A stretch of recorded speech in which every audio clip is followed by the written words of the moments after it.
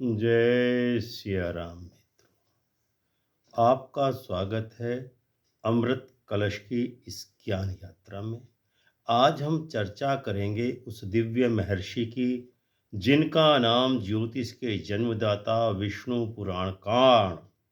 पुराणाकार और ऋषि परंपरा के प्रकाश स्तंभ के रूप में लिया जाता है। उनका नाम है महर्षि पराशर। बहुत लोगों को यह ज्ञात है कि उन्होंने वृहत पाराशर होरा शास्त्र की रचना की, परंतु बहुत कम लोग ऐसे हैं जो जानते हैं कि उन्होंने यानी महर्षि पाराशर ने सामाजिक व्यवस्था, अर्थनीति, व्यापार, कर प्रबंधन और शासन तंत्र के सिद्धांत भी दिए, जो आज भी वेद आधारित राष्ट्र प्रशासन में आधार माने जाते हैं। यह ज्ञान ग्रंथ धर्म, व्यवस्था और जीवन के व्यावहारिक पक्ष को जोड़कर मानव जीवन के 3 आधारों को स्थापित करता है। नंबर 1, धर्म यानी कर्तव्य। 2, अर्थ यानी व्यवस्था और समृद्धि। नंबर 3, नियम, नीति और न्याय। इसी ही परंपरा में वर्तन शास्त्र, व्यवहार धर्म या पाराशर का राज्य ज्ञान कहा गया है। महर्षि पाराशर का जीवन व्यक्तित्व। महर्षि पाराशर ऋषि वशिष्ठ के पुत्र और ऋषि शक्ति के पुत्र थे। उनका जीवन संघर्ष, अनुशासन और कठोर साधना का उदाहरण है। बचपन में ही उनके पिता का विनाश असुरों द्वारा कर दिया गया था, जिससे उनके भीतर न्याय, नीति और संरचना को लेकर एक गहरी दृष्टि जाग गई थी। उन्होंने संकल्प किया कि धर्म वही है जो जीवों का पालन करे, न्याय स्थापित करे और समाज में संतुलन बनाए रखे। उनकी सोच केवल आध्यात्मिक नहीं, बल्कि प्रणालीगत थी। वे समझते थे कि समाज नियमों से चलता है, राष्ट्र धर्म और नीति से सुरक्षित रहता है, व्यवस्था अर्थ से पोषित होती है और मनुष्य कर्तव्य से महान होता है। पाराशर के विचारों में राज्य और समाज की संरचना किस प्रकार की उद्घाटित होती है। पाराशर जी ने समाज को 4 मुख्य आधारों पर विभाजित बताया है। नंबर 1 आधार धर्म। जीवन का नियम और मार्गदर्शन का उद्देश्य ही धर्म का उद्देश्य है। अर्थ का उद्देश्य है आजीविका, व्यापार, संसाधन। काम यानी जीवन का संतुलित आनंद। मोक्ष यानी अंतिम मुक्ति और आत्मबोध। यानी धर्म अर्थ काम मोक्ष पर ही उनका पूरा जीवन दर्शन आधारित था। उनका मत था कि धर्म भी हो जीवन में, अर्थ भी हो, काम भी हो और मोक्ष भी हो।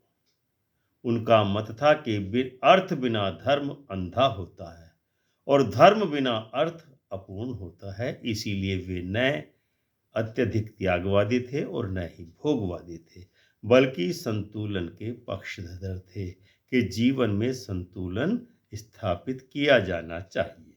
पाराशर का वर्तन शास्त्र या अर्थव्यवस्था और व्यापार के सिद्धांत क्या है, अब हम उनके विषय में जानते हैं। महर्षि पाराशर व्यापार और अर्थ को धर्म का ही विस्तार मानते थे। उनकी शिक्षा के अनुसार व्यापार में सत्य और न्याय अनिवार्य है। लाभ वह है जो धर्म के अनुकूल हो, जो हानि धर्म की रक्षा करे वह भी लाभ है। जबकि वर्तमान में लाभ लोग ये सोचते हैं कि 10 का माल 100 में बेच तो 90 का प्रॉफिट हो जाए, ये धर्म नहीं है। लाभ वह है जो धर्म के अनुकूल हो, जिसके लिए उन्होंने मूल्य निर्धारण नियम बनाया था। वस्तु का मूल्य श्रम, समय, गुणवत्ता और दुर्लभता के अनुसार तय होना चाहिए। व्यापार में छल, अत्यधिक लाभ या कृत्रिम महंगाई पाप मानी गई है, इसलिए उचित लाभ ही लेना चाहिए, अनुचित नहीं। नंबर 3, कर प्रणाली। महर्षि पाराशर ने राजा को उचित मात्रा में कर लेने की सलाह दी है। उन्होंने कहा कि न तो ज्यादा और न ही कम कर लगाना चाहिए। राजा का कर वर्षा के जैसा होना चाहिए, धीमे पड़े परंतु भूमि को पोषित करे, ऐसा कर लगाना चाहिए। नंबर 4, धन का उपयोग। उनके अनुसार धन का 3 प्रकार से विभाजन होना चाहिए। पहला, उपभोग। स्वयं और परिवार के लिए 50% का उपभोग करें, उद्देश्य है जीवन यापन। दूसरा उपयोग है निवेश और व्यापार के लिए 30% धन व्यय करें, वृद्धि और स्थिरता के उद्देश्य के लिए। तीसरा हिस्सा जो 20% बचता है वो धर्म और समाज के लिए होना चाहिए, जिसका उद्देश्य दान, रक्षा और शिक्षा पर व्यय होना चाहिए। न्याय और दंड व्यवस्था के विषय में महर्षि पराशर का न्याय दर्शन अत्यंत ही संतुलित था। वो कहते थे कि प्रतिशोध की भावना नहीं होनी चाहिए, बल्कि सुधारात्मक भाव होना चाहिए। चेतावनी के रूप में न्याय दर्शन प्रयोग होना चाहिए और सबसे अंत में दंड देना चाहिए। दंड सबसे अंत की वस्तु है। उनकी धारणा थी कि कठोर दंड भय देता है, परंतु न्याय सम्मान देता है। उन्होंने अपराधों को भी 4 श्रेणियों में बांटा था। एक, असावधानी जनित अपराध, जो असावधानी के कारण अपराध हो जाते हैं। दूसरे थे लोभ जनित अपराध, जो लोभ के कारण व्यक्ति अपराध करता है, वो लोभ जनित अपराध थे। अज्ञानता के वशीभूत अगर कोई अपराध होता था तो उसको अज्ञान जनित अपराध कहते हैं। इसके अतिरिक्त चौथा, जिसके लिए दंड की व्यवस्था महर्षि पाराशर ने की है, वह था दुर्भावना जनित अपराध, जिसके लिए कठोर दंड दिए जाने का प्रावधान उन्होंने अपने शास्त्र में किया। कृषि, पशुधन और अर्थव्यवस्था के विषय में महर्षि पाराशर कहते हैं कि आर्थिक समृद्धि का केंद्र कृषि ही है। पाराशर कहते हैं कि भूमि उपजाऊ रखने के लिए रसायन, गो संवर्धन और जल प्रबंधन आवश्यक है। पशुधन चल संपत्ति है। भूमि, जल स्रोत, वन और गोवंश राष्ट्र का सबसे बड़ा खजाना होता है। राजा और शासन तंत्र उस राजा का किस प्रकार का होना चाहिए?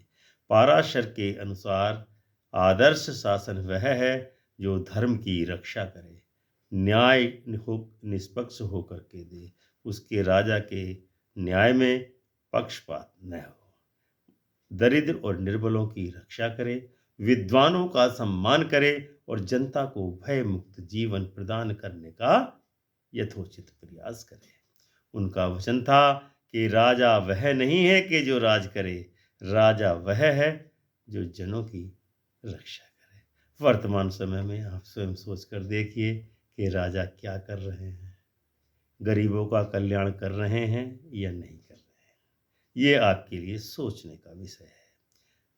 महर्षि पाराशर ने अर्थ और जीवन को धर्म से जोड़ा और कहा, धन साधन है, साध्य नहीं है। साध्य है धर्म, सेवा और आत्मिक उन्नति। इस प्रकार महर्षि पाराशर केवल ज्योतिषाचार्य ही नहीं थे, बल्कि वे एक समर्थ अर्थशास्त्री, समाज विज्ञानी, नीतिदर्शी और धर्म तत्व के महामुनि थे। उनकी शिक्षा आज भी उतनी ही प्रासंगिक है जितनी सहस्राब्दियों पूर्व थी। इसीलिए कहते हैं, जय महर्षि पराशर, जय सनातन। तो दर्शकों, यह था आज का वीडियो, जिसमें हमने महर्षि पराशर के नीति, ज्ञान, विज्ञान, व्यापार, धर्म, अर्थ, काम के मोक्ष के विषय में विस्तार से बताया कि उनकी क्या इस संबंध में नीतियाँ थी। वीडियो अच्छा लगा हो, वीडियो को लाइक करें, शेयर करें और चैनल अमृत कलश को सब्सक्राइब करके बेल का बटन दबाकर ऑल का ऑप्शन चुन के कृतार्थ करें। हम आपके हृदय से आभारी रहेंगे। बोलिए प्रेम से जय सिया राम।